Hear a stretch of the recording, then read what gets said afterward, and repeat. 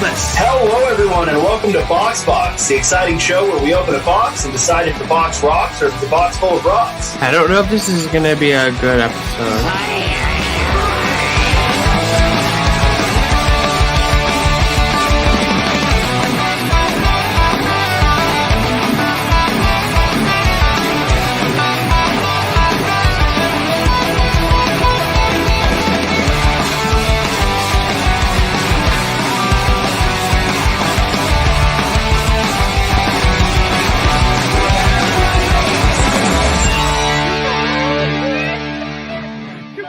This pillow is fucking useless shirt.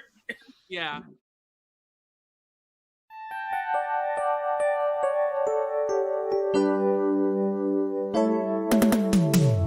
Sometimes in life you have to make a choice.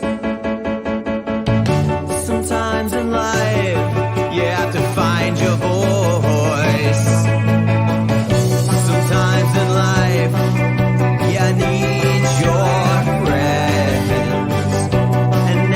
time to give your ears a cleanse. We'll ramble on about movies. Ramble on about movies. With clever Eric and handsome Dave. Ramble on and go away.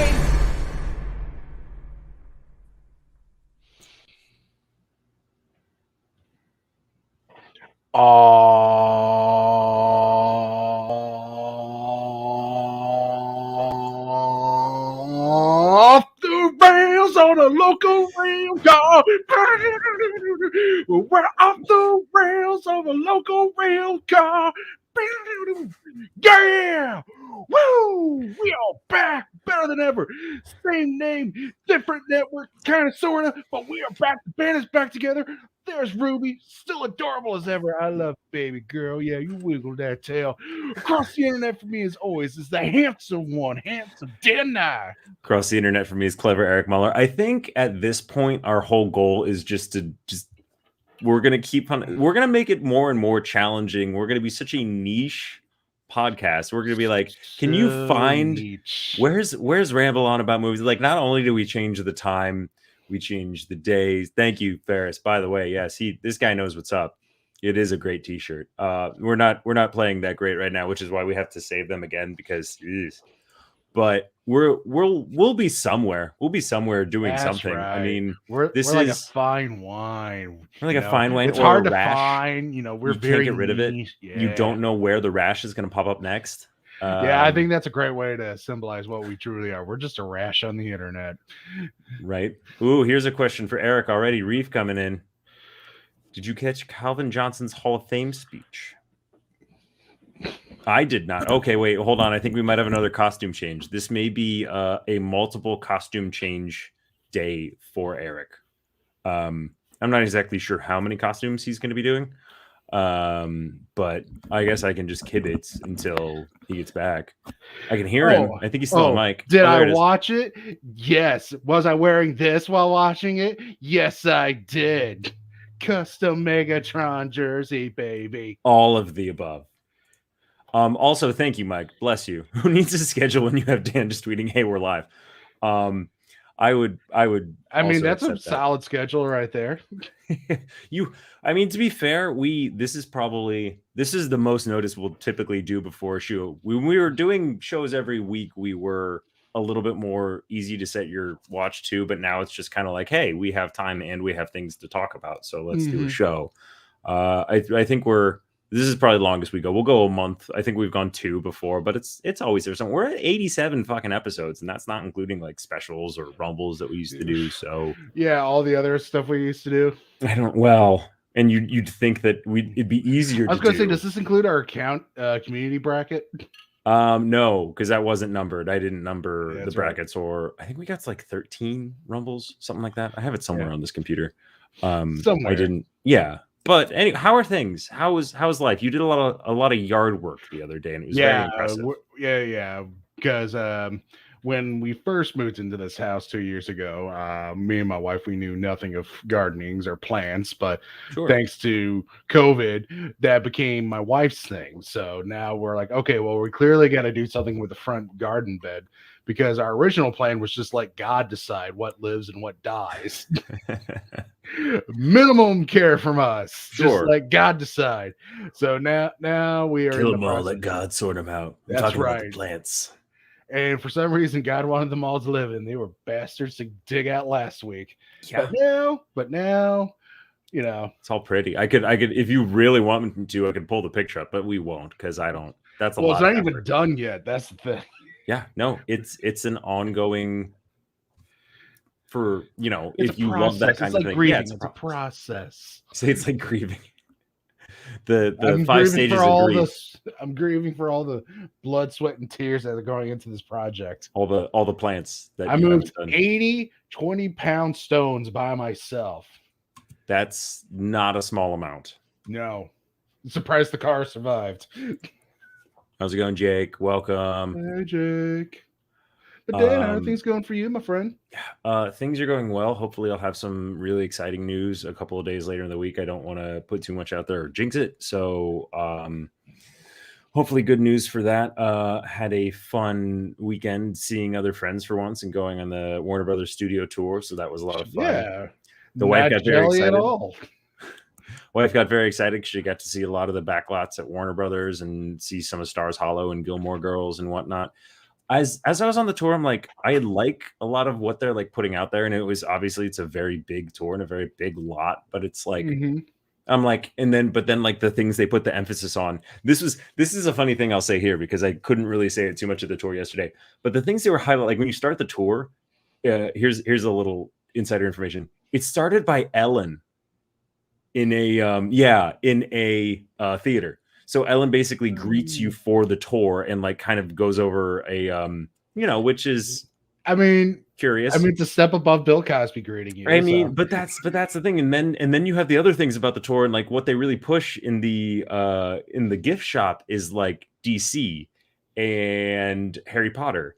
And so that's a lot of what the gift. And I was having this conversation. I'm surprised you don't have like a rack of like HBO Max gift cards too. Oh, like, man, don't forget to check these out.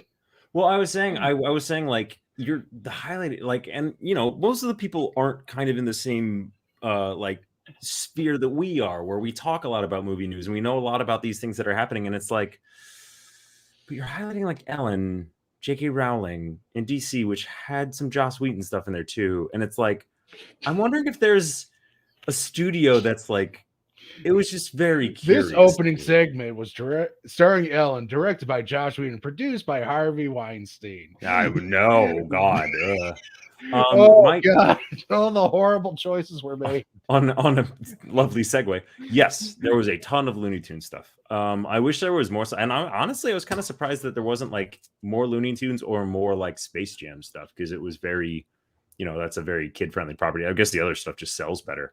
I have a monochromatic coffee mug now that has a Warner Brothers logo, and on top it just says actor. So I was very excited for that. And then we got a couple of coffee mugs for Gilmore Girls, since coffee is such a large part of that show. Something we didn't put in the title, I'll try to segue, since it was Warner Brothers and Warner Brothers had a big release this past weekend. We're going to start off doing something we don't often do. And we're going to talk a little bit of the Suicide Squad. So, Tim, hey buddy, how are you? There was no prop house. We sat in, before I get too far, we sat in they had like the Science of Sound. I forget what the thing was called, because they had a couple of green screens where you could like ride on a witch's broom. You could ride on the Bat Pod from Batman or from The Dark Knight.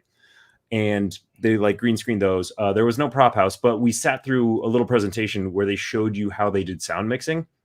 And it was from a scene in Gravity where Sandra Bullock first gets like the storm first comes and she gets knocked off the arm.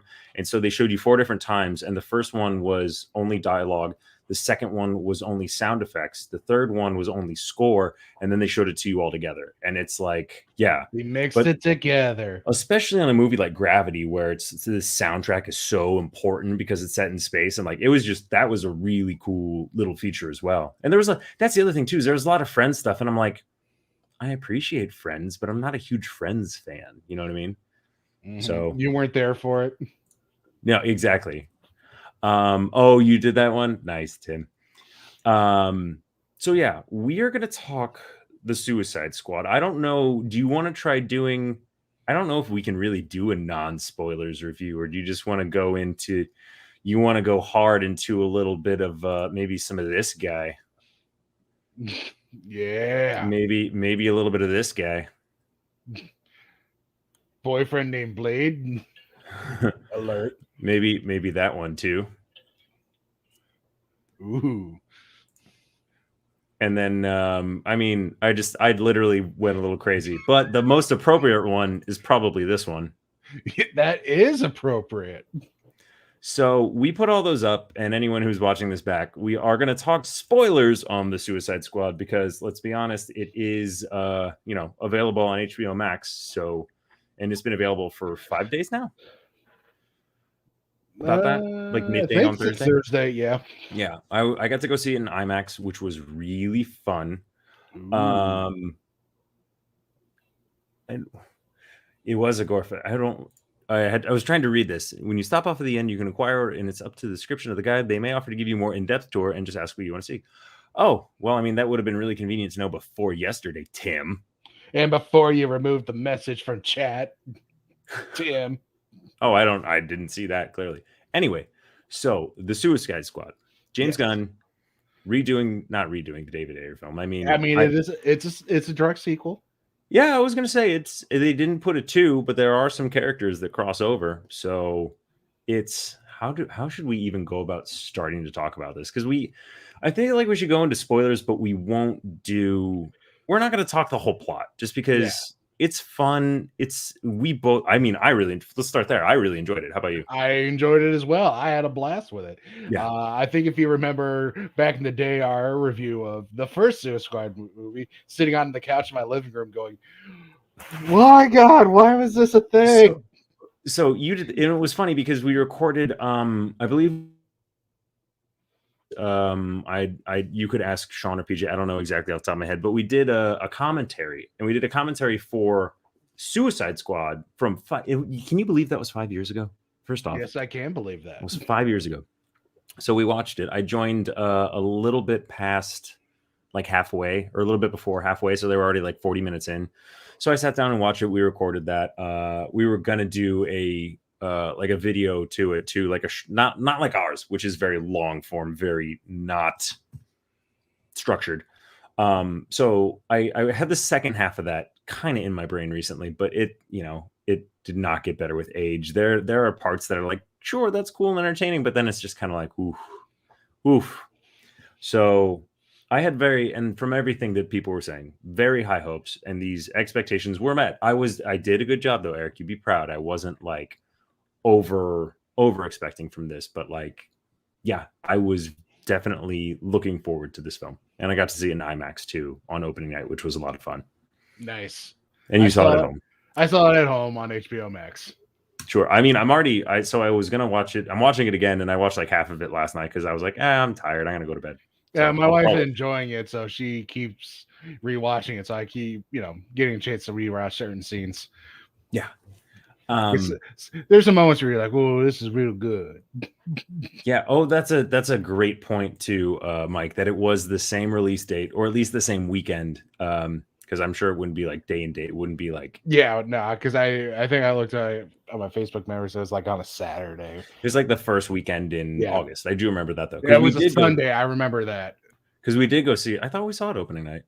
No, I regardless. You might have. I did not. Yes, Reef. That's one thing. She's still crazy consistent. Viola Davis as Amanda Waller. I was gonna say, has Viola Davis been bad in anything?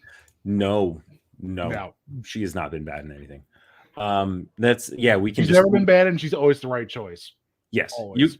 You can literally just even for this movie, you can just like list the people and how great they were. You know what I mean?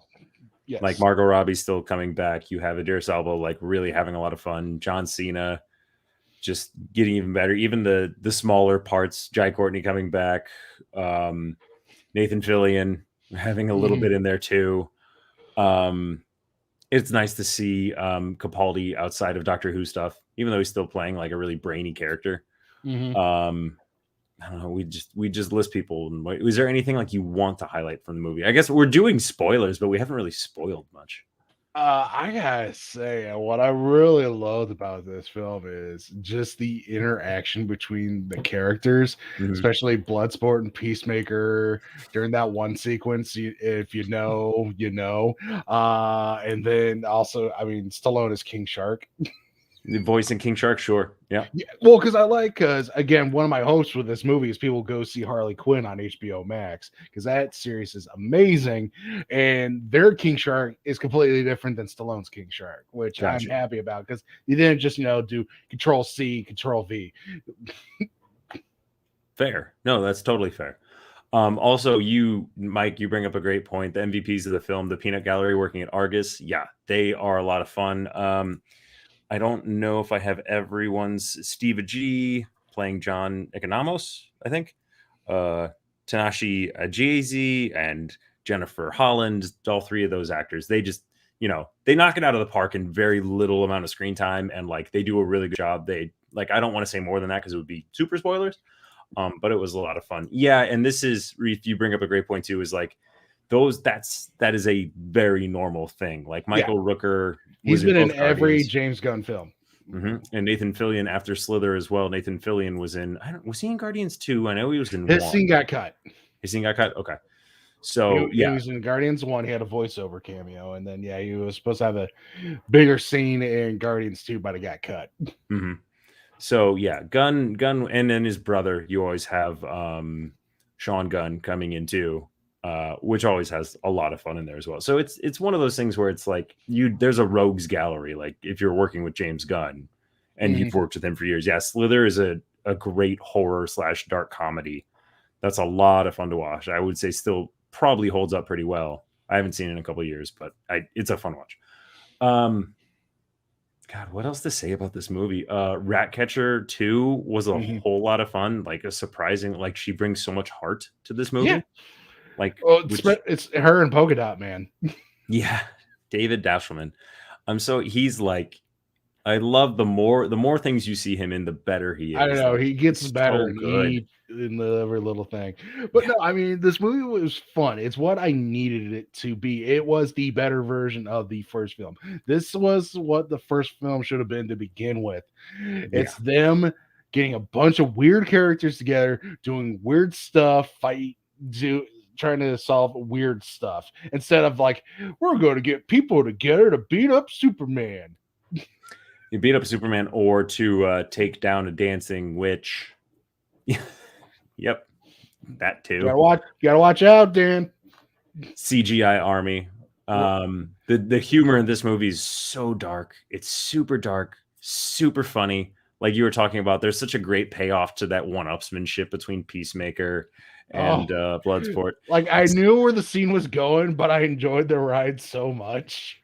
I didn't really see it coming, but oh man, the punchlines they hit so hard. They're so fun. And especially when you cut to the reaction in the control room where they're just like that they can't believe what's happening. Yeah. I mean, well, I just love how also like the first 10 minutes is a fake out. Yep, that's probably the first biggest spoiler we'll do is like it's and it sets the tone too. I think it's good because I thought about that because you get a lot of action in the very beginning and then you get a little bit more setup, so things are kind of out of order. But then there's not a whole lot of like loss and change to the cast or team, which is all fine and all well and good because then you get more stuff. It does a good job of showing that no one's safe, and then there are characters that are safe because you know what they're kind of doing, and then your post-credits scene as well, which makes a whole lot of sense given what we know that's coming down the pipeline for production for them.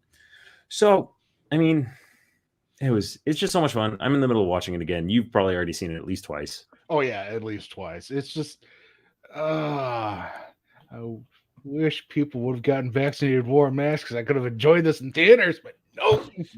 I mean, I did, and I'm in a much bigger hotbed than you, so hopefully I don't die in the next 2 weeks. But I am fully vaccinated, so we'll get to that. There's another news story I might pop up later on in in the thing that we might get back to that. You know, we do our best to be politically neutral, but that is we'll say now, go get vaccinated because there's And remember, mask over your nose.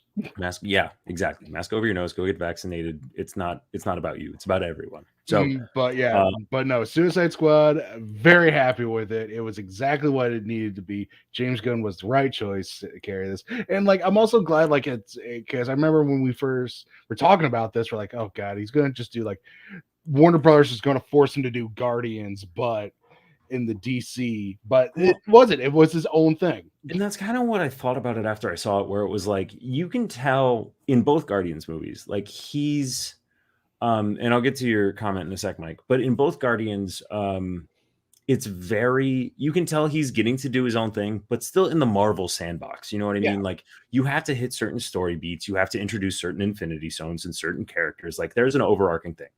You can tell when they handed him the Suicide Squad, they're like, Do you know, whatever. cherry pick your characters, do what you can, make it a hard R because we know the style that you like to do.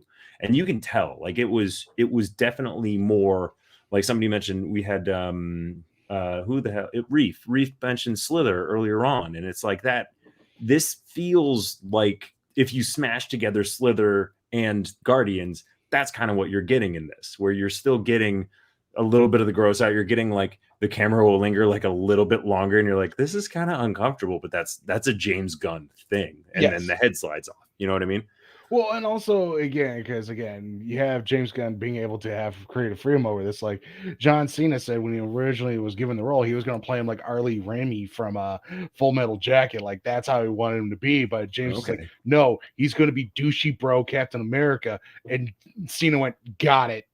I'm wondering if that was the only direction he got, because like I would love to receive that direction too, especially because like that's honestly one of my favorite lines he gives, where like they're doing that back and forth at him and Bloodsport, and he goes, unless what he's doing is dope as fuck. Well, again, this What's movie in the also makes me up so bad because I'm a wrestling fan. It's just like, why did they let John Cena be this hardcore badass villain instead of always making him Hulk Hogan, G.I. Joe? Like, I get it. It's for the kids. Well, yeah. And that's But well, and like, that doesn't sell he toys. was so good in this role. That's why I'm so excited for the series coming out. Yeah, series is going to be great, and that's we're entering a golden age of actors and wrestlers and all the above, because all wrestlers are actors, but not all actors are wrestlers, right?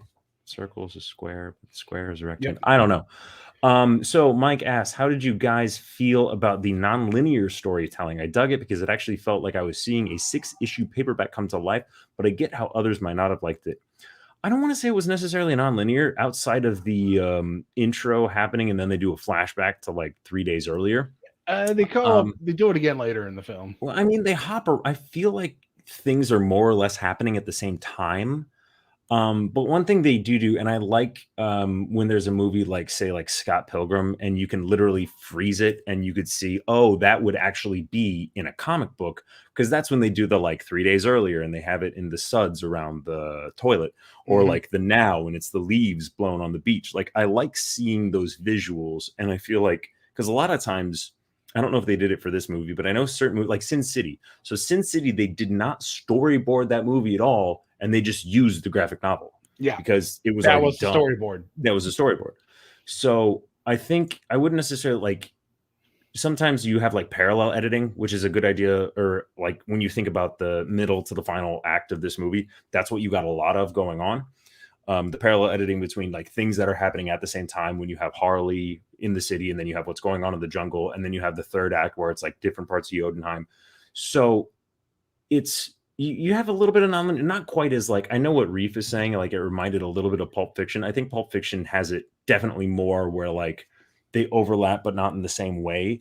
This is, I think, is a little easier to follow since you only have the one storyline. Like it's and it's basically like when they cross over and whatnot. So I thought it was great. I thought it was pretty easy to follow, which is why it didn't even register to me as a like, sure, it is. You're right. It is nonlinear at points, but it's also not like, I don't think that's a huge crux of the movie. Does that make sense? When they did the first one, I was actually laughing my ass off because it's like, this is James Gunn doing what James Gunn does best. It's the whole subverting expectations and stuff. I was just like, oh, this is a genius move. I thought it was great. For the first one, and what do you mean? In Suicide Squad, the first, where they're on the beach and all of a sudden you get Oh, sure. 3 days earlier. I was like, Well, and I thought about that too, because it was like, and as I was watching well, it the because second also time, at the same time, I'm thinking at the same time, I was like, this is also how exactly Amanda Walker would do this. Amanda Like, Waller, yeah. Yeah, Amanda Waller would do this. Like, it's seriously in the going, comics, yeah. where she was just like, no, this team's going to go here, but you're the main focus. Mm-hmm. And I was also thinking, like, because it's such a big, that's another thing James Gunn is really good at. Everyone, so it's an ensemble, this movie, Yeah. and no matter what way you look at it, but everyone, even fucking Weasel, has time Moment to to shine. shine. Yeah, like that's what I really like about directors who are awesome about ensembles, like Soderbergh and the Ocean's movies, like stuff like that, where it's like everybody, even if you're going to be Ryan somewhere Johnson. off, yeah, Mhm. a little bit in a scene, but you're going to have a moment to shine too. Like No it's a matter lot the of fun. screen time, you're going to get a moment to shine. All right. I don't know if there were people who had us muted because we were talking. We'll say Nathan Fillion again popping up saying spoiler alert means we're done with the spoilers for Suicide Squad. But But I'm before proud we- of us. We didn't really spoil it that we didn't much. spoil much. There are things we alluded to. I think you threw out the biggest spoiler. But I'm not going to repeat it in case people didn't pay attention, because that's how I am. Sometimes I have selective hearing and I don't hear things that are like, oh, I wouldn't bother. I did want to talk about something. I didn't send you this link, but I don't like, and I've seen other people talk about this as well, where it's like, I'll just read this headline where it says the Suicide Squad pulls in $26.5 million for underwhelming box office debut. And I don't like, and I've seen a lot of people comment where it's like, oh, it's not doing well at the box office. Like, fuckers, we're still in a pandemic. Right. This was a day and date release. Like, and of course it's not going to do Black Widow numbers, but like it bothers me painting it with a negative brush. Go on. Well, yeah, I hate that, but like I get it. Like in better times, this would be a story. We would be discussing the box office for all these movies coming out. But at the same time, we are in the middle of a pandemic still. It hasn't just magically disappeared. It's still ongoing. Like I remember having this conversation with like my wife. It's like, hey, should we get tickets to see it? Because a month ago we were all ready to go sit in the theater, but things are happening around where it's like, well, let's be a little bit more cautious. I think I had already planned a few weeks out. We already had tickets. I don't know how much I'll be going. It's going to be hard. Here's the thing. I was about ready to click buy on Fandango when we had that conversation. It's like, really glad we talked this out. It's going to be, I'll say this. It's going to be hard for me. Maybe I'll go on like a Wednesday during the day or something. It's going to be hard for me not to go see Free Guy. That's going to be the hard one. Because like a lot of these other ones are coming directly to, like, this was HBO Max. I didn't have to go see it in theaters. And I also saw The Green Knight this past week. But like something like Free Guy that's not going to be coming directly to streaming, I'm going to be like, ooh. So maybe I'll just like do it on my own and catch a matinee or something. Well, it's like, yes. I'm thinking of stuff coming out. It's like Shang-Chi. It's like, Mike, this is exactly the point I was trying to make. We're still in a Mike says we're still in a pandemic. This was a day and date release. It's R-rated. The first movie was not well received. There are too many variables to blame this film's failure on one of them. You are absolutely correct. That's the point I was trying to get to. And I think that it's one of those things. There's no news like bad news. So we're obviously like, and you see it like it's so clickbaity where it's like, oh, it's underwhelming, blah, blah, blah. I think Warner Brothers was already they were tempering their expectations in December when they're like, fuck it, our whole slate is going to HBO Max, everything. We're not going to do exceptions. Everything's coming out. And I think it probably eased a lot of expectations for them. Their board was probably not like, oh, we have to hit certain numbers and blah, blah, blah, blah, blah, blah, blah. Because if you started that with Wonder Woman 84, which, let's be honest, probably was going to finance the studio for the rest of the year. Once you realize you can't keep sitting on that movie, that's actually going to take us directly into another story we're going to bring up. But once you realize you can't keep sitting on that kind of a movie and you realize you're going to have to bite the bullet, the movies will come back around, the money will come back, then you're not going to I almost guarantee Suicide, they don't care. They don't care about these numbers.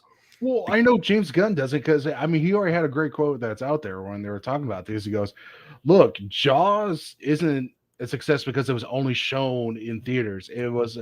It still holds a high regard because it's on TV screens. Mhm. People still watch it. Like if it was, here's the thing, Yep. because people are still going to be watching the Suicide Squad. I'm betting before it ends its initial run on HBO Max, you're going to watch it again. Yeah. I'll probably watch it again. I mean, and I'm yeah, I'll sure probably finish it everyone tonight. who's watching is probably going to watch it again. Of course, Exactly. I'm hoping there's someone out there who's really out of spite going, no, I'm not going to watch it now. Yeah, well, you Yeah, said I'm going to well, watch it. sure. I'm not going to. Watch me not watch it, Eric. Watch me not watch it. Watch me not watch. Yeah, it's just one of those things that it just kind of rubs me the wrong way where it's like this narrative doesn't have to be overly negative. Like, but Right. if you insist on doing that just for the specific clicks, good for you. But I know. finally- Thanks to Oh, go ahead. Maxwell for allowing me not to click on that. or me, because I was the one who was talking about it. I mean, I don't know, Mike. You said it's a lack of transparency. I feel like they were pretty upfront with how they were doing it. Like, I mean, obviously, all these boardrooms, like you don't get things like that Sony leak of emails from a few years back. Like that doesn't really happen. So there's millions of things that we as a general public will never hear about. But yeah, no, I agree that it was a smart because it gets more eyes on the movie and it creates a lot of goodwill too. So in not creating goodwill news, we do have to talk about the other really big story about comic book movies, which was Scarlett Johansson suing Disney over Black Widow's streaming release. Mhm. Now, this is an interesting thing. And have you read up on this? You basically I know what's have. happening? Okay. So just to put things in a nutshell, when Scarlett Johansson, it was in one of those, I'm trying to think of how to sum this up quickly and do it succinctly. You can do it, Dan. I Basically, believe in you. all of the Avengers had their contracts renegotiated. I don't remember whether it was after Avengers 1 or 2, but RDJ came to the table and he's like, I'm going to help you guys out. We're going to go back to Disney and like get you all paid more. Robert Downey Jr. out of the MCU, we know that. Again, Scarlett Johansson was killed in Endgame. This was, happened after or before the events of Civil War. Black Widow takes place after Civil War. So yeah, after the events of Civil War. And so that's what we get. And we also know this is literally her Marvel swan song. So she had in her contract that she was getting points. Now, for most people who don't know a lot about movies, points is basically like she gets direct gross income from the movie's box office. I would highly doubt that this actually influenced whether or not, like, when they were releasing it, because we had, 4 different release dates for Black Widow? Right, they kept pushing it back. They kept pushing it back because they wanted they wanted the Marvel money. They wanted $1 billion. They wanted this to get to that infamous 10 figures. I had to think about it. Math is hard. I know. Well, counting the digits in $1 billion is what I was doing in my head really quickly. So basically, she sued because she's still getting a cut of the streaming of that $30 that you pay to rent at home. But she sued because the box office, she was receiving less money than it was initially projected. And not to mention, like, it's all her team too. So, if Scarlett's not getting paid, the rest of her team isn't getting paid. So that's the long and the short of it, with omitting some details that are not here nor there. Now, what are you thinking about this initially? And then I have another point to make. Well, my opinion has flip-flopped on this because at first I'm like, you know what? Good for you, ScarJo. You get out there. You get that $50 million that you recapped, Okay. that you've lost from this. But then I read an article from Vanity Fair about this.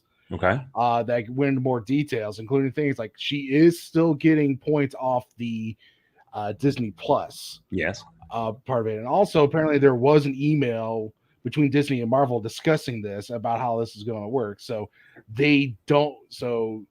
her lawyers don't really have a strong footing to argue like you never discussed this. No, there is actually emails between the parties discussing it. Okay. So ScarJo wanted to win the battle of public opinion, which she won hands down. Because also, I'm not going to congratulate Disney on their responses because they were horrible about the whole thing. But I mean, I get it. Like we only got one life to live, and you want to make as much as you can during it. So I get it. She wants to try to make as much money off of this as she can because she's not coming back. Like the cash cow's gone. Swan song. Yep. So swan song. So I get it, and Again, like $50 million is a lot of money, regardless of who you are, right? Yeah. But it's just one of those things where it's like it's the shady side of the business, it's the stuff that people don't really like talking about. But at the same time, as devil's advocate, let's just say they never decided to release it on Disney Plus. How much more do you think she could have gotten? That's the thing, because like I know for sure, at least I know the one target group for the Disney Plus, premium access are families. Families of with kids. It's easier for them to go through Disney Plus than it is to go to the theater. Like I have For sure. my buddy Chris from work. He's the prime example. He's the target audience for this. He's going to be 7 soon, so a 7-year-old, and he's got a 3-year-old. It is so much easier for him to be able to watch the movies at home than trying to take them all to go see a movie in the theater. So is it enough? Because here's what's going to go down, because it's probably going to go to arbitration. It's going to go to a judge. It's probably never actually going to go to court. They're probably going to It'll get settled out of court. Yeah. Yeah, it's going to get settled out of court, because the question is going to be how much is that difference going to make between what would happen if you did just a straight theater release versus putting it on Disney Plus. Because the other thing you got to watch is, like I mentioned it earlier, Shang-Chi coming out next month. Next month. Yeah. How's that going to do it? That's not doing it Disney Plus. That's going straight to theater, and yet another cases and everything spiking again. We'll see. So this is the take I want to put in front of your earballs. Oh, I love it when you put things in front of my earballs. Feast your ear tongues on these memory pops. So essentially, this is, and it's funny when you see people like. And like I know how you were saying you flip flop, but it's also one of those things that's interesting where it's like, wait, hold on, you are now say you're pro Disney, you're pro literally the biggest studio. Like they could literally write her a check. They could go to arbitration. They could use the lawyers, but they could probably write her a check. Be like I was just saying, like we're talking 10 digits for $1 billion. They write her a check for mid 8 digits, and this all goes away. Right. Like that's the first point. Is Disney, it's not just Disney. It's Disney, it's Lucasfilm, it's Marvel, it's Fox. They're all under the same umbrella. Like Disney is not hurting for films. Like I said, $50 million is a lot for me and you. For ScarJo, it's a good chunk of change. For Disney, it is literally them going through the couch cushions. And this is something that might be a small exaggeration, but I appreciate where your head's at. This is something that was brought to. I wish I could remember who first said it, but I will say honestly, this is an industry in television and film that, unlike real economics, trickle down actually does exist. So when you're seeing an actor who's like, hey, this is a contract, this is what you promised me, I'm not letting you do this, that actually does send ripples, especially people in unions and whatnot. And everyone who acts pretty much in Hollywood is part of an actors union. Yep. So, and basically anyone who's ever worked for freelance who doesn't have a team of people like Scarlett Johansson does, anyone who doesn't work freelance, like when you work freelance, sometimes you really, really, really bank on that money. Yeah. So what this is basically saying is like Disney can't throw their weight around. And I think not necessarily like she doesn't have a leg to stand on, because I'm sure they will, like you said, they're going to settle somewhere and there will be a conclusion to this. But this is also an actor saying like, hey, this was our agreement. This is what we were like, correspondence, however it goes, like you did not meet our initial agreement. So it's one of those things where it's like this will help smaller creators in the long run. Like, granted, we're talking about it at the tippy top of the pyramid, where you're talking about an A-lister, and like people can be like, oh, doesn't she have enough money? And it's like, yes, but I'm never going to make that argument, because again, you are what you are worth. Exactly. But that's the thing, is like, to some degree, this is also a symbolic gesture, and it can be beneficial for all of those who are working with less than her. Yeah. So it's one of those things to where it's like, there's definitely more, I don't want to say it's like life or death for all actors, but it's saying like there's a leg to stand on and be like, hey, you know your worth, and know like, hey, this is where that line in the sand is. I'm putting my foot down. And like, also, you got to remember, the industry's going to be changing because of COVID now. So everything's going to be changing. So let's talk about another news story with that. Look at us transitioning all over the place. Let me find it first, because basically what you were bringing up is what I'm going to see if it's this one before I get too far. Yes. Okay. So along those lines, we have heard some really big numbers. You don't know where I'm going with this. I don't know if I think I did send this one to you, but you would have had to have read through the end of the article to get what I was saying. Also, you're assuming I had time today to do it. But go on. Right. And that's the thing. I nutshell it anyway, just to, talk about what we're doing. So there was a big splash. This was July 26th when this came out. And this actually came out in the New York Times, I believe, maybe first. This is technology. Yeah, another. Okay. So basically, the headline for this was Hollywood head spinner. Universal spends big for new Exorcist trilogy. So the subtitle was the deal expected to be announced this week is for more than $400 million and is a direct response to the streaming giants that are upending the film industry's economics. So the film side of this, which is where it ties into us, and then we'll get into the money side, which is where it ties into everything else we're talking about. But so you have the film, they're basically doing a new Exorcist trilogy. I'm going to nutshell this a little bit. Yeah, Leslie Odom Jr. I know is attached. Leslie Odom Jr. I think is going to be the main character. You're bringing back Ellen Bernstein for the first time since the original Exorcist. She's going to be in it as well. I believe there was who I want to say there was other talent attached to it. Oh, actually, I don't want to misquote it, but I'm pretty sure. David Gordon Green. So David Gordon Green got famous for, I'm pretty sure it was Pineapple Express. I'm pretty sure he directed Pineapple Express, was his first like big feature directing. And now he's been known for the 2 new Halloween movies that he's done with Blumhouse. And basically he will direct the new Exorcist films and serve as a screenwriter. Jason Blum is going to be one of the producers as well. So basically you're getting a big chunk of change for a pretty solid horror creative team. Yeah. And it says the first film of the trilogy is expected to arrive in theaters late 2023.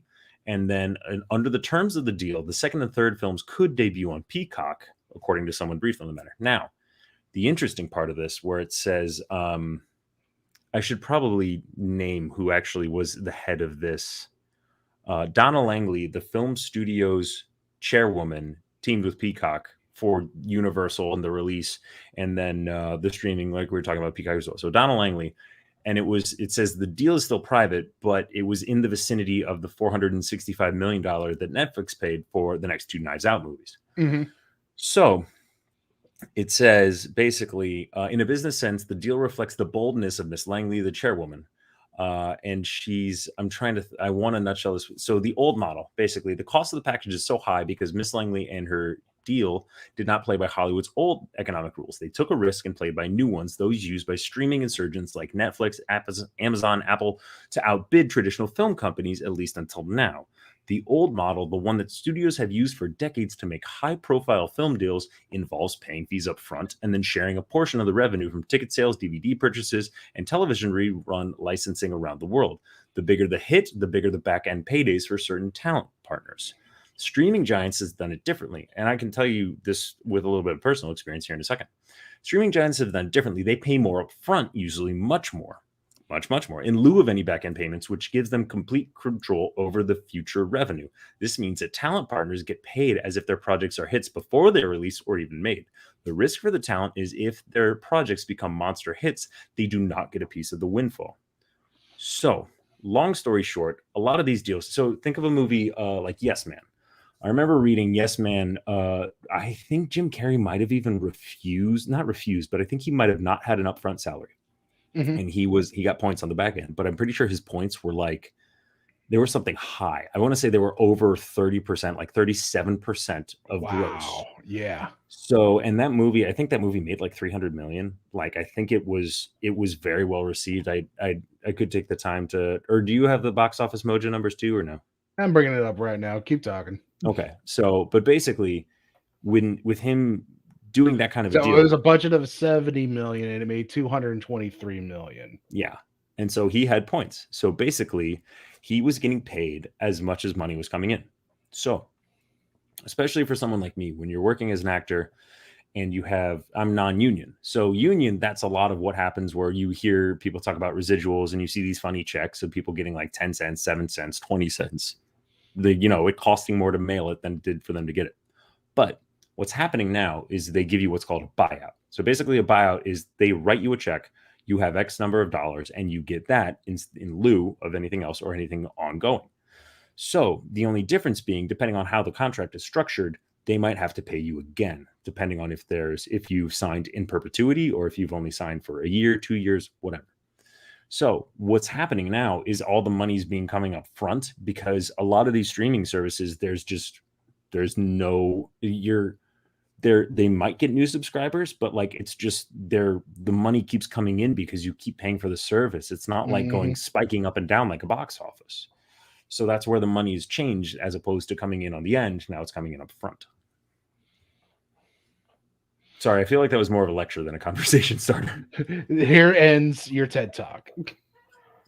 Thank you for coming to my TED Talk about it's how like, money is changing in the industry. Right. So Netflix, they paid $400 million for 2 movies. 465. 465. Wow. Yep.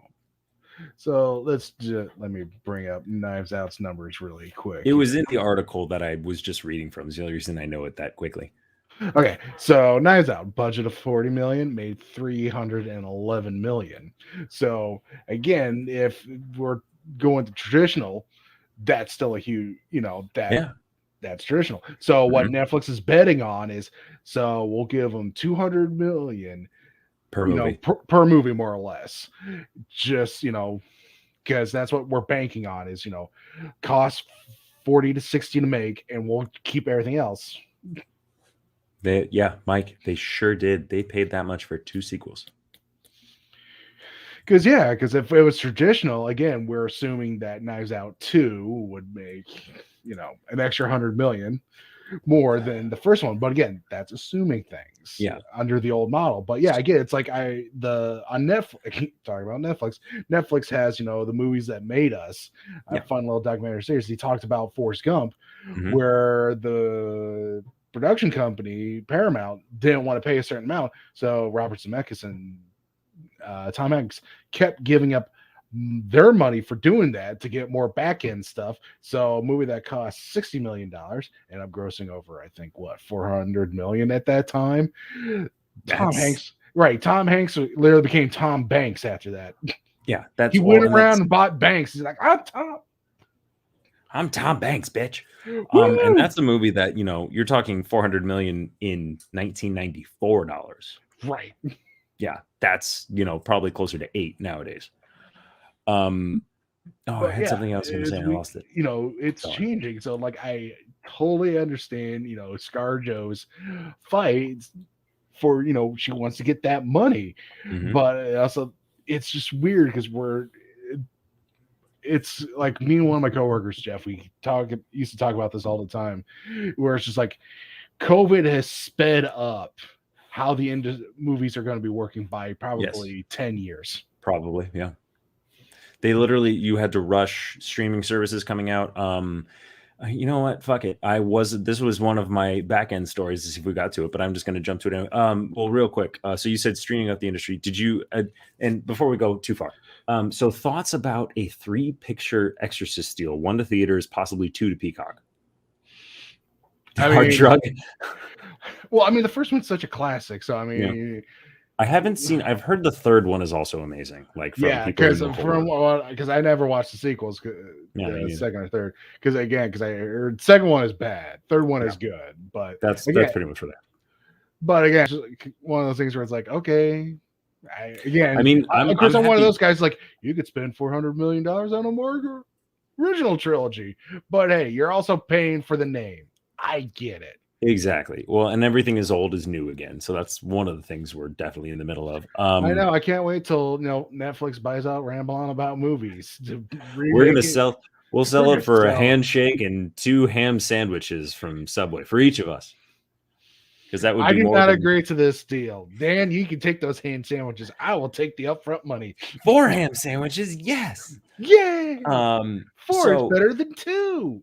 Kind of in what you were saying, I'm going to jump to something that, and this will be really quick because it was something I saw where it was just, so Vudu and Fandango Now will merge into a single rebranded service on Roku. Okay. So you're talking about, like, I don't know if HBO Max was like intended to be released the way it was, but like you can say COVID definitely accelerated it. So now everyone's kind of scrambling to like find new ways to get stuff out to look people. at CBS All Access became Paramount Plus because of this. Pretty much. I mean, granted, I have all of them. It seems like in terms of streaming services. Yeah. Well, and that's the thing too. It's so I would say the one thing that something like that has going for it, like Vudu and Fandango now coming together, is like Vudu they were pretty high on rentals or like pretty high on like recent the digital ones, like, copy. Yeah, exactly. So that's got that going for them, which is nice. And I mean, shrug. That was kind of just the story that I think that will happen eventually.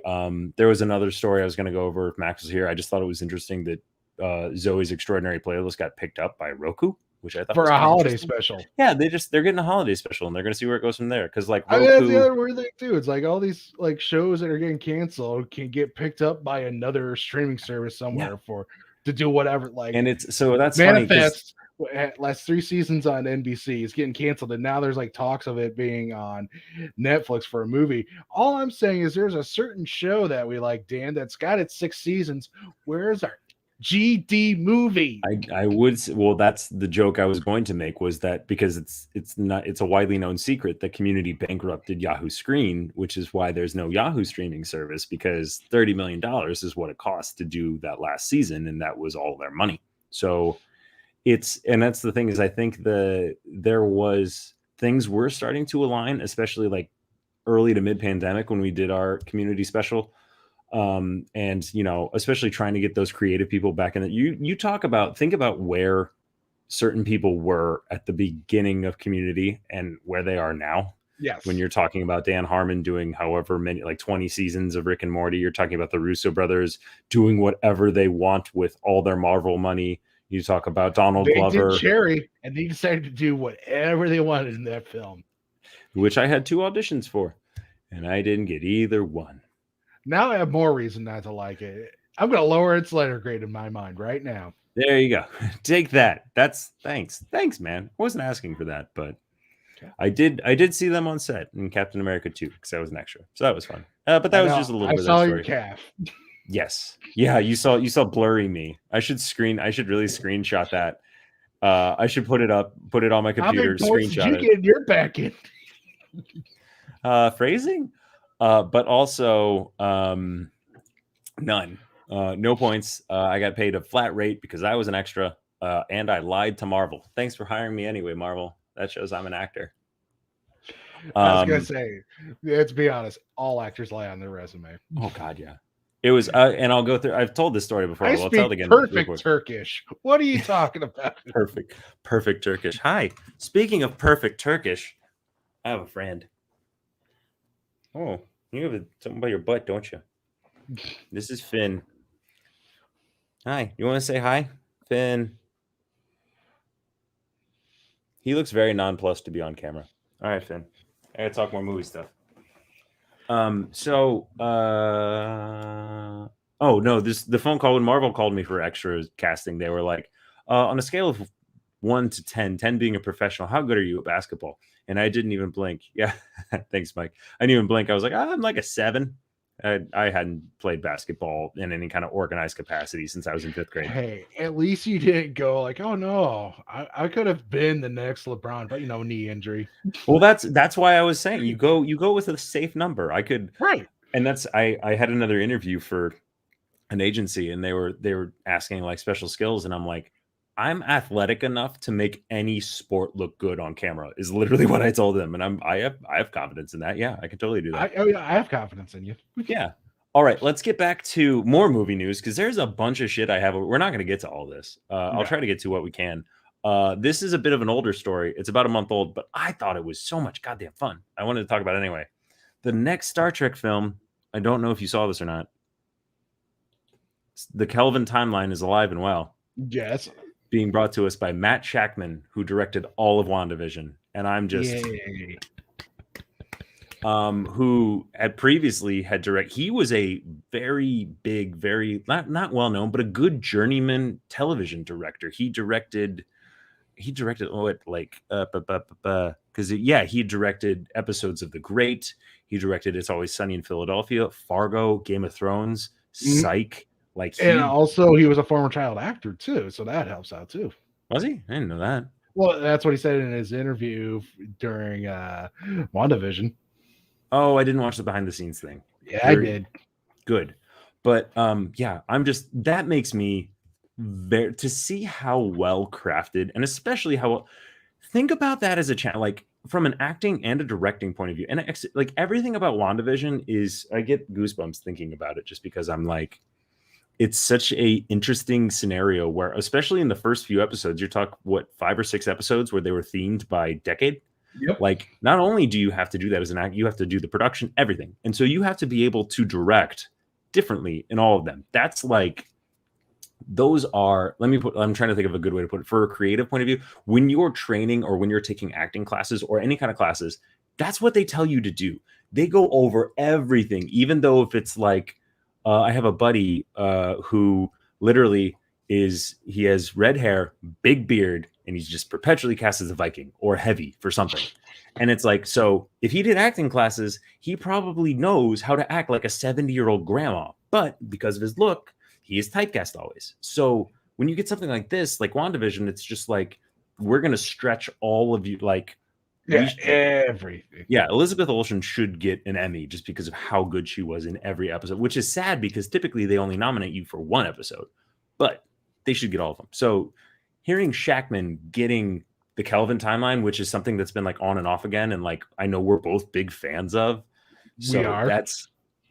I don't know if they're still going to do the script that had that they're bringing Hemsworth back, because I think that might be too expensive at this point to have both Chris's. But I mean, well, we can always have our fan film of Too Many Chris's, where we get all the Chris's together, and we take our shirts off and wrestle. Is this a fan film, or are you just writing a softcore porn? I'm just saying, we'll make money. Oh God, yeah, of course it would make money. And you know what? We'll take points in the front and the back end. Sorry, I'm trying not to make too many sexual jokes with you saying front and the back end, but it's hard. It's really hard.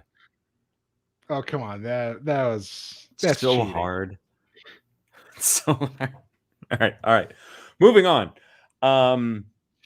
I don't even know how to pronounce this guy's name. The original Brandon Fraser. Oh, sorry. Oh, we can do that one. It's up there. Yay! Because I'm just so happy for him.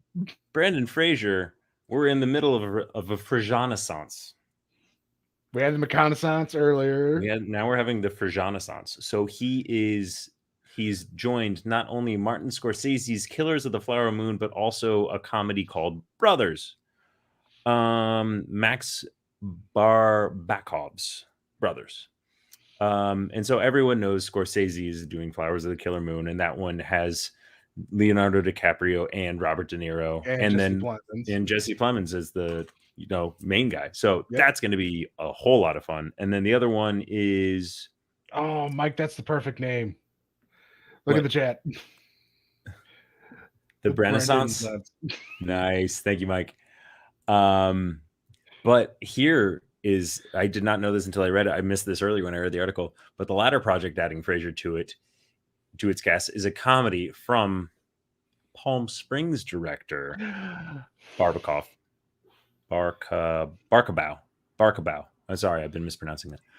Which is currently in production in Atlanta. So it sounds like he's going to be doing that one first. The logline is being kept under wraps, but Fraser will star alongside Peter Dinklage, Josh Brolin, and Glenn Close. And that's a comedy. So that's going to be a lot of fun. Did you watch his Soderbergh film that's on HBO Max? No Sudden Move? Yeah, No Sudden Move. I did not. I need to. How was it? He was great in it. My problem with the movie is I don't think there was enough for the third act because it literally felt like it was spinning its wheels towards the end. Oh, but no, like Brandon Fraser plays like this mob heavy guy, like he's not the top guy, but he's like up there in rankings, and it's because it's Brandon Fraser. How can you be happy for him? Oh, I know. It's just I'm happy to see he's going and like. Well, I tweeted this earlier. There's actually a video where like he's talking to someone about how he got the movie with Scorsese, and he's like all nervous about it. And the interviewer's like, well, just so you know, everyone on the internet is so excited for you, and we all love you, and we're here to support you. And you can see him like fighting back the tears. I'm just like, we don't deserve him. no, we don't. Brendan Fraser. All right. The other thing I was going to talk about is I don't know how to pronounce the guy from Bridgerton's name. Roger Jean Page? Something like that. But basically there were rumors that he was going to be the next Bond, and then they went ahead and announced that he's going to be rebooting The Saint. Ooh. Oh, you didn't hear this? Well, no, I'd heard about the Bond. I didn't know he got The Saint, because I remember we he's- talked about The Saint, because I think there was going to, at one point, Chris Pine was going to be doing it. I mean, Chris Pine would have been good. Let me Because see. because I know we played our favorite game. Let's rank the Chris's in this role. To which Chris Pratt was last. Yeah. Here you can see, I'll show you real quick, and then everyone can see not my notes, but you can see how many different things I have coming up. But he tweeted out this, which is from the original series. Oh, Yep. that's awesome. Now, Yeah. I haven't watched his series on Netflix. I actually watched his SNL episode, which he was shockingly good in that. Good. Me not knowing anything about it, I was like, this guy's got he's got some natural charisma. Right. I was gonna say the only thing I was looking for. Okay, it is going to be a movie. That's the only thing I wanted to double check to make sure it wasn't like a direct to streaming or a series. Yeah. So it looks like it's going to be a movie. And I'm not gonna lie, I love The Saint with Val Kilmer. That's like one of those movies that hit me like right at the right time. I remember having like arguments with friends of mine as a kid, like, who had the cooler tech gadget? Was it the Saint's pocket knife or was it Pierce Brosnan's Bond watch? I remember having that argument vividly as a kid. My whole thing was I felt like The Saint was like a fever dream when I was a kid because I was like the only person I knew who saw it. So I was like, does this movie actually exist? I know I saw it. I feel like that homework for us. We need to watch Val. I think it's on Amazon Studios now. I've heard nothing but fantastic things about it. All right, we're watching it this weekend, buddy. Yeah, Val. I've got some time. I might watch it sooner because my weekend is weird. Well, I'm in my weekend. I know my weekend's shy too, but accountability. Yes. Watch Val. We'll watch Val. So that was just a cool thing. Like, he's going to be doing the same. I'm excited. Like, it has some other, I don't know, like it's being produced by. Whoever knows if we're ever going to get another. Like, I know there's one ready to go out, but who knows if that's ever going to get. Oh, No Time to Die it's in November, right? I think it's for sure November or October. It's one of those 2 months. It was supposed to be Thanksgiving, yeah. But I mean, it's owned by Amazon now. You're not wrong, Tim. This was a true thing. Roger Moore was the Saint before he was Bond. That's thank true, you, Tim. But I mean, it's actually the Saint that got him Bond. It's also interesting because, like, it's if you even just look at Mr. Jean Page, because it's the first part of his name. I don't know how to pronounce it. He looks much more like the older versions of Bond, who are much more like debonair, much more suave. Like, and now we got Daniel Craig. Like, he's in the shit. Right. Like in the first movie, he gets tortured by getting his balls whipped. Like, yeah, they go hard. My mom did not buy him as Bond when he would like even that first trailer, like when he's coming out. Everyone, it was their, maybe we'll do he looks like he gets punched in the face a lot. I don't like it. Your mom sounds like a 5th grader who had their lunch stolen. I don't like it. I don't like it. And that's the thing is, like, we'll do a special at one point where it's like castings that were originally frowned upon or not received well, like Keaton as Batman or Ledger as the Joker or Daniel Craig as Bond, that ultimately y'all look foolish. Mm-hmm. So maybe at some point we'll do one of those. But we have too much other after we watch Robert Pattinson's Batman movie. We'll see. We shall see. Just so you could get our cake and just be like, oh, so internet, remember when you were so mad about this? And we're eating it. We're eating this cake. So I've kind of jumped all around. I'm excited for this. So I think we talked about Taika Waititi has a Flash Gordon movie coming. Mm-hmm. And it was animated. It is no longer animated. It's now a live action film, which he is writing. What's what? There's some head nodding. Not a I big fan think about it that. no, I like Taika Waititi. I like Flash Gordon. I mean, watch Thor Ragnarok. Yeah. Yeah. But it's just I think the movie would have worked better in the meaning of animation as opposed to live action. If it was a different director, I might agree with you. I know it's But Taika Waititi. I mean, yeah, again, he's someone who I'm buying what he's has selling. yet to prove us wrong. Yeah. I'm 100%. That's Also, another thing. I'm not in the room where they're having this discussion because I'm not sure, like Taika's in there. He's like, man, we need to do this live action. So he's like, I don't know. He's like, I'm motherfucking Taika Waititi. Look at this Oscar. Well, he's also you Or say, it could, oh, the studio. Mike's with you. Mike says he's disappointed by the news because he was looking to see an animated take on the material. Yeah, I think it would have been cool. But again, we're not in the studio because like the studio could have been the ones going up to Taika's like, hey Taika, it's not going to work in animation. We need to see you do this live action. I mean, you're Taika motherfucking Waititi. Come on, man. Put some, And he's put just some like, respect on his name. right, and they like added a zero. Like, come on. Yeah. Well, sure. Like, no, 2 zeros, one to his paycheck and one to the budget. Oh, yes. Then yes. That was the other thing. So when we were doing the studio tour, he's also the HBO Max series that he's in, which is a dark comedy where he plays Blackbeard, and it's called Our Flag Means Death. So that was being filmed. Well, we went on a Sunday, so not a lot was happening. Yeah, I was gonna say.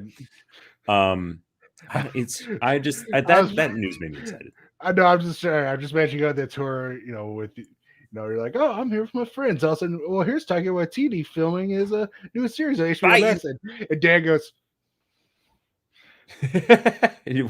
I would have definitely scooted all the way out of frame. so, Mr. Waititi, here's my headshot. Thank you very much.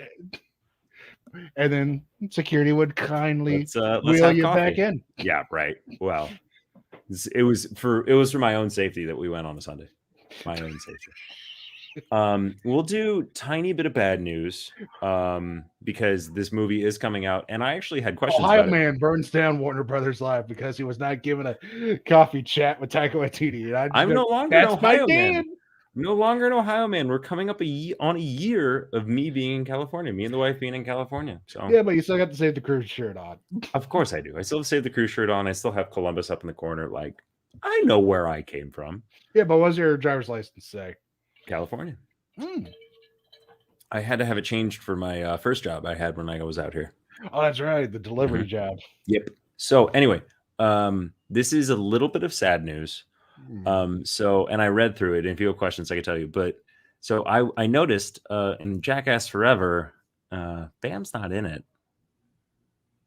So this headline was Bam Margera sues Johnny Knoxville and Jeff Tremaine for allegedly wrongfully firing him from Jackass Forever. I need PJ for this one because you were just not. I'm sorry. You were nonplussed about Jackass. I've never watched any of the movies. I stopped watching them when they did the vomit omelet. I was like, that's it. I'm done. I'm out. I literally packed a suitcase.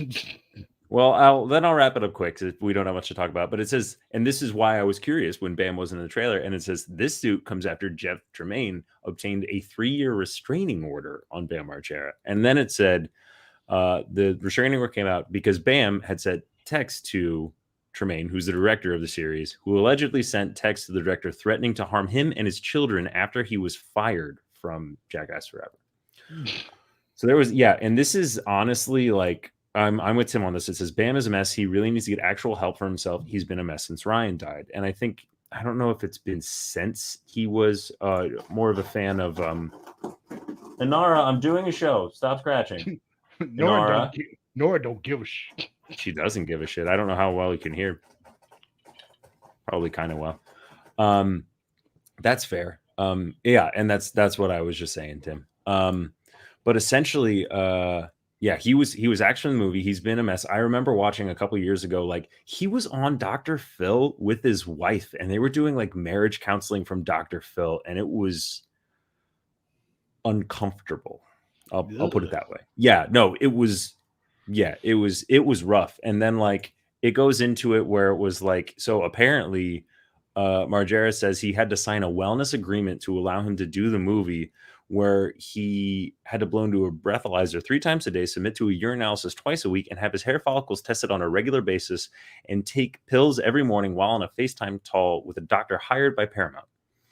And yeah, it's one of those things, like, that seems excessive, but like he's like, apparently it's been that bad. And it was prior to the, does this say prior to the lawsuit?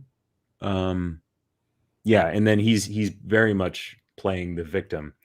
But that's, and this is where I was going to, Tim. Tim says it'll be weird with that band for sure, but if he can't stay clean, they got to move on. Steve has been clean, and I'm sure he doesn't want to be around that now. But also, Tim, to tie that into what you were saying, Steve-O left a comment noting the director and co-star were looking out for his health, and Steve-O said, quote, "Bam, the two people you're saying wronged you are the same two who organized the intervention which saved my life. Everyone bent over backwards to get you in the movie, and all you had to do was not get loaded. You've continued to get loaded. It's that simple. We all love you every bit as much as we all say we do, but nobody who really loves you can enable or encourage you to stay sick." So basically, like, for a little bit of backstory, Steve-O, I remember he was a huge wreck. He was a huge wreck, and that was for the series and the first 2 movies. And then, fun fact though, he's clean in the 3rd movie. He is a sober individual, and he's been sober since. So and you can tell, like, he looks better. He's like, looks a lot healthier, like, going there and all. But so it's interesting when you have people, and that's, I think there's a special, I never saw this special, but I know there was a special, like, Steve-O's intervention, where it was like Knoxville, and like everybody, like, and Steve-O said that, he's like, when Johnny Knoxville comes up to you and goes, "Hey, you need to slow down," like, he goes, "Oh fuck." So, and I agree with Tim that it's going to be a little weird without Bam, but it's also like he's not been, it looks like he's been taking everything really well. So I hope he does, like, it's kind of a wake-up call. But and you know, to not even say devil's advocate, but like from a Paramount point of view, yeah, like, who do you think's harder doing? Yeah, he's a liability, and especially on a movie like they're doing what they're doing, where there's, I'm not exaggerating, a risk of death depending on whatever stunt they're trying to perform. Whatever they're doing, there's a chance to do a lot of harm to others and yourself, and you need to be able to trust whoever you're doing. Like, if me and you were doing a Jackass like show, we could do it because we trust each other. But if I started hitting the bottle hard, start doing drugs, I would expect you to dump me and force me into rehab, because that's what friends do. Yes. Let's not forget that this is these movies, they're owned by Paramount. You know what else Paramount makes? Money. The Mission Impossible movies. Oh yeah, that's you know why the Mission Impossible movies are so hard to get financed? Because the insurance is through the roof, because Tom Cruise insists on doing most of his own stunts. So it's a very similar conversation to where it's like, it's a little different on a Jackass movie, because it's like, if one of them gets injured, you got a bunch of other players who can come in and do other random shit. But there's only one Tom Cruise. They had to shut down production for, I think it was 6 weeks when he broke his ankle. He broke his ankle. He didn't just sprain it. He broke it. And you can still see it in the movie. I know why they left it in the movie. It really disrupts the flow. Like, it's like, they leave it in there. Yeah, it's one of those things, like, I want to see the pie of the line graph of, like, the insurance costs for the Mission Impossible movies as they've been going. Yeah, as he's getting older. At like some point, it's just like, sounds like going, "Dear God, stop." Tim, I'm with you. The snake pranks are funny, and then for a number of different reasons. Like, I like Ape and Phil. Like, they seem like genuinely good people. So I really, and that's we'll wrap up the Jackass part where it's like, "Bam, we really hope you get the help you need." Like, no one out here is against you. Everyone loves you, but everyone just sees what's happening. You know what I mean? Like, you got to calm down. You got to take a step back, and you got to really evaluate things and, like, heal. I like going into 2020 and 2021. It's like, focus on mental health, and like, that's, you got to get through things, and you got to be okay to be vulnerable. Mm-hmm. Yeah, exactly. Let's go to the opposite end of the spectrum, talk about something really happy. I don't know how many more of these things we're going to, I have to ask some of these because we're already going over an hour and 15 minutes, but let's just say whatever the next one is the last one. I might not this one that you're doing, the one after. No, because there might be 1 or 2 more I have to talk about. I can drop some though. Because this one's kind of short. They have not an origin story, but they were doing a new take on the Addams Family. Oh yeah. Where it's like Wednesday goes to college. Yeah, or she's at like a school for gifted or something. Like, so something like that. It's starring Adam's Jenna Family Ortega. X-Men. Yeah. So Jenna Ortega was cast as Yep. Wednesday Addams, and now I don't know if you saw this or no. Oh, I saw both. I showed it to you. So she has parents played by, first off, it's me, Luis Guzman, Man, I used to and get laid all the time. Catherine Zeta-Jones. Not So Catherine, not Catherine. Alpha Jones. no, Zeta. So, can I help you now that the cat's opening the door? For a Inara, second I there, don't know I what thought she's he doing. was coming in there. Here they come. They're gonna play. Let's watch. Let's not watch because then it's gonna make for terrible TV. Although they might actually start wrestling, so that would be kind of funny. But yeah, this casting, great casting. Oh, great casting. I'm more excited for Luis Guzman because the whole, the Mr. Adams, I forget the character's first name, but like just to play Gomez. Gomez, just so suave, so debonair. I really want to see that too. Right, coming out of Luis Guzman, I want to see that so hard because he's always Mhm. comic relief. Mhm. So just to see him just be able to come in and just like smooth talk, Yep. Catherine Zeta-Jones is just like, yeah. Yep, I like that, especially because it's going to be a Netflix original, which is going to be a lot of fun. So it'll be an hour each episode, and they'll have 3 extra episodes that really won't be needed. Yeah. But that'll definitely be a lot of fun. There's also there's the issue of with the last time we talked about Addams Family News, it was for the animated one, and we were both really disgruntled that we weren't getting Oscar Isaac and I can see her face, Eva Green. Yeah, and we weren't getting them in a live action. But I'll take these two in live action. That's definitely tracks. Definitely. Yeah. Mm-hmm. So that's gonna be a lot of fun. All right, so there's that. Where else? I'm gonna think about it. Like we got Oscar Isaac, who could easily play Gomez in his sleep. Yeah. Now I got Luis Guzman doing it. Oh my! I want to see the mustache. Yeah.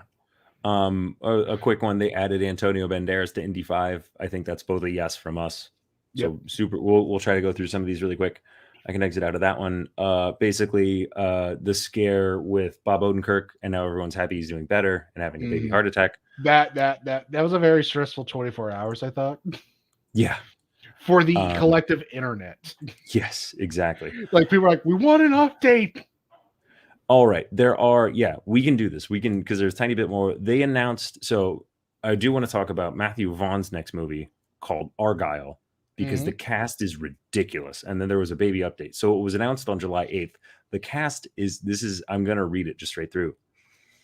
For Matthew Vaughn's Argyle, it's a new spy. They're trying to do, I think they say they're going to reinvent the spy genre. So who knows what that means.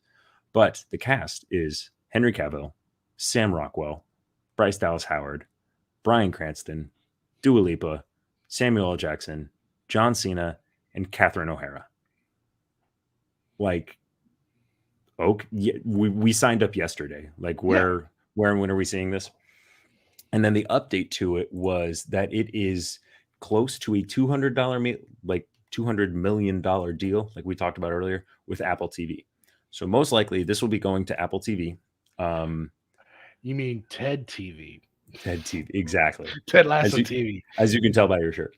But yeah, it's just yes to all of those things, and we're very happy about it, and we can't wait to see it. And hopefully, and also it told me in here, Kingsman is set to release in December. Sure. December 22nd. That got pushed a bunch too. So I remember when they were going to make that, like, this Kingsman was going to be a movie to see in the theaters. It'll be the first one to watch during the pandemic. I'm like, the Kingsman. Yeah. Nope. Not a chance in hell. And we talked about that because we talked about that would be a really good one to test the water for the streaming services. And it's gotten pushed over a year and a half down the road, which is sad. Okay. All right. The only other ones were Hollywood's and Screen Actors Guilds and Directors Guilds and even Amazon Studios and some of Netflix making vaccinations mandatory to work. So that's good. And then I want to do one where we'll wrap up, because we could go into, we already said earlier, just go get vaccinated. It's the right thing to do.